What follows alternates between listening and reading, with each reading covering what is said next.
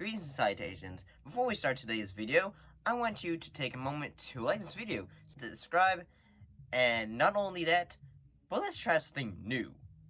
If we can get 1,000 views for this video, or 1,000 new subscribers, by July 1st, 2022, I'll reward you, the fans, with something awesome. So, take this video, share it on your social media, share it to your friends, your family, whoever, and let's make this goal possible. And also, don't forget to watch, like, and share our other awesome videos. Now on with the show. Space, the final frontier. These are the voyages of a new Trekkie. My 5-year mission to search out Star Trek media, to seek out our fans and merchandise, to boldly go where no fan has gone before.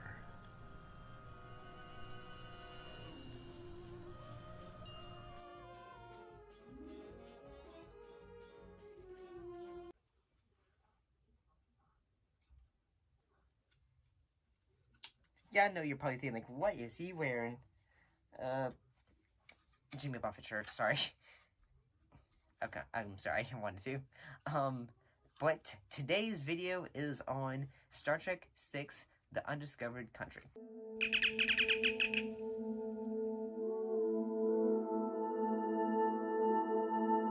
The film, is directed by Nicholas Meyers, who returned after directing the best, well, this is just opinion, but Star Trek 2, The Wrath of Khan. So this is the final Star Trek film that has the majority of the entire crew from the original Star Trek, the show, before it would eventually go onto the crew involving the Next Generation cast. So what was the plot of Star Trek VI, The Undiscovered Country? So, after the destruction of the Klingon planet Paraxis, the Klingon Emperor they decided to say, we're going to pursue peace treaties with the Federation. However, the assassination attempt on the Chancellor is attempted, and the U.S. Enterprise is led to believe to be the culprits, so they must race to figure out who is the true culprit for this attack.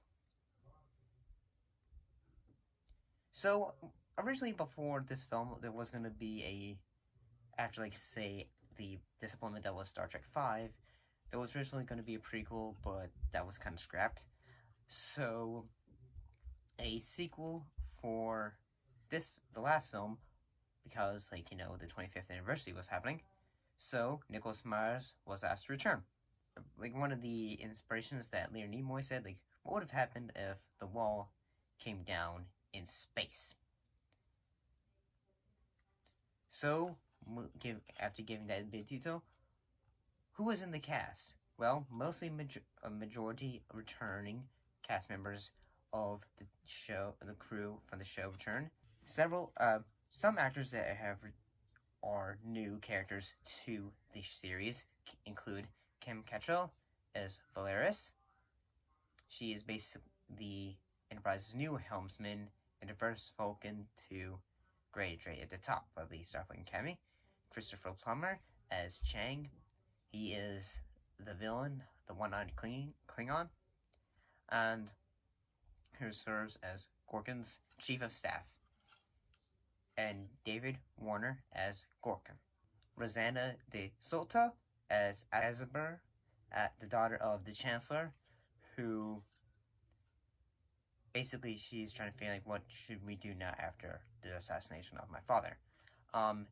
Ima as Thea, she's a shape-shifting alien who tries to both lead Kirk and McCoy after they get imprisoned.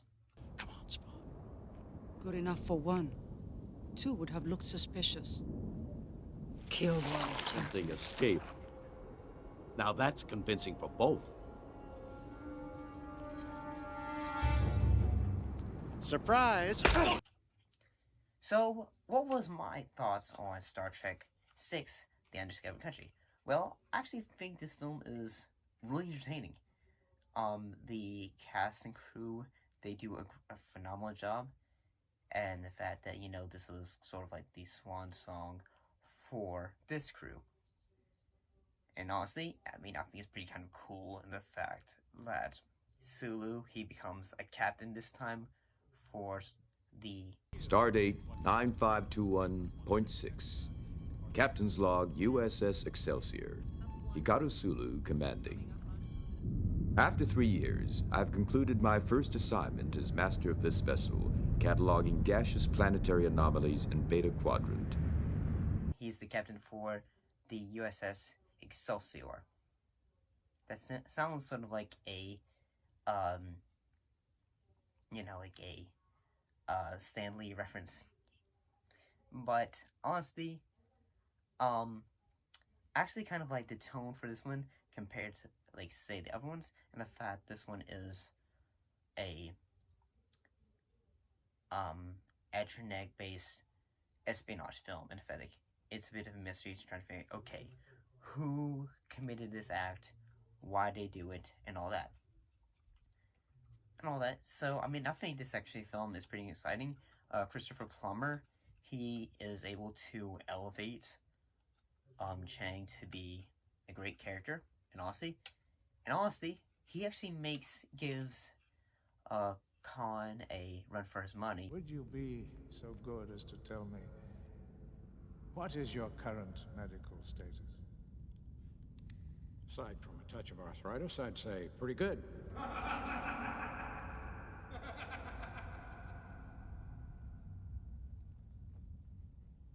You have a singular wit, Doctor. And, memorable villain. I'm not saying he overpasses him, but he gives a great performance, and that he's a great, memorable villain. Chang. Can you see me? Oh, now be honest, Captain. Warrior to warrior. You do prefer it this way, don't you? As it was meant to be. No peace in our time. Once more unto the breach, dear friends. Especially when he's quoting Shakespeare. He does a great job in that, too.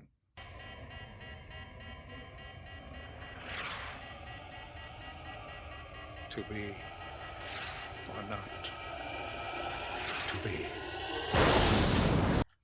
Especially for, like, say, the assassination attempt, I kind of think that the fact that they used, CGI blood, for the assassination attempt, when, say, someone gets shot, I actually think that's pretty cool, and it makes it kind of more visceral.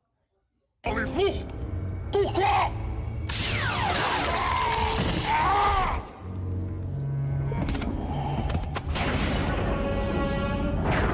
a way, sort of makes it more, kind of elevates in my opinion. It doesn't make say, oh shoot, now there's blood.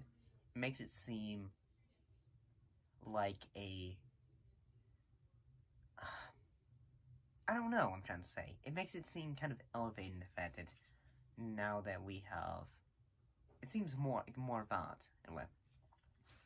But it has its purpose, in a way.